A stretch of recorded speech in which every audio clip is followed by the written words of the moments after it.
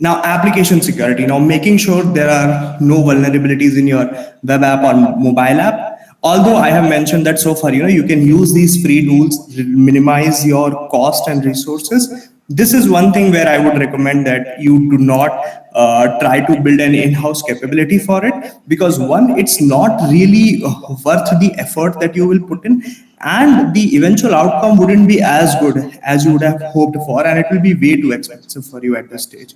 So for application security, it's better to take help from people who do vulnerability assessment and pen testing, who are security engineers, who do this day in and day out. You don't want to be penny wise and pound foolish. So you should for application security is one thing where I would highly recommend you take help from security services professional, or you take help of tools like ours, which helps you do both, like unauthenticated scan or deep authenticated level scans as well, because this is something that you should not really mess much with.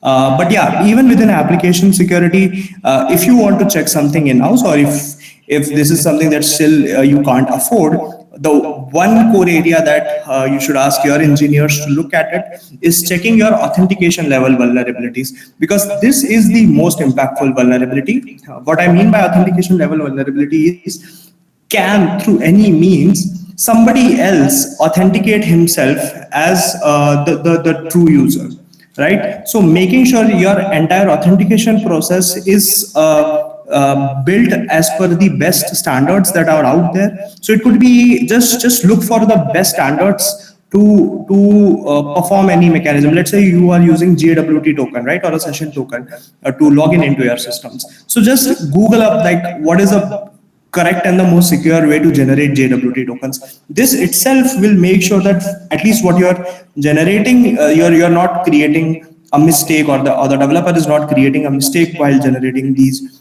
JWT tokens, and rely as much as you can on standard libraries, as opposed to reinventing the wheel, especially around encryptions. If you're doing encryption, do not, for God's sake, create your own encryption algorithm or create your own encryption design. Use what is being used, and use only those libraries which has the maximum fork or maximum GitHub stars over it. Use only those libraries. It will be even better if something is there already inbuilt in the language that you're using.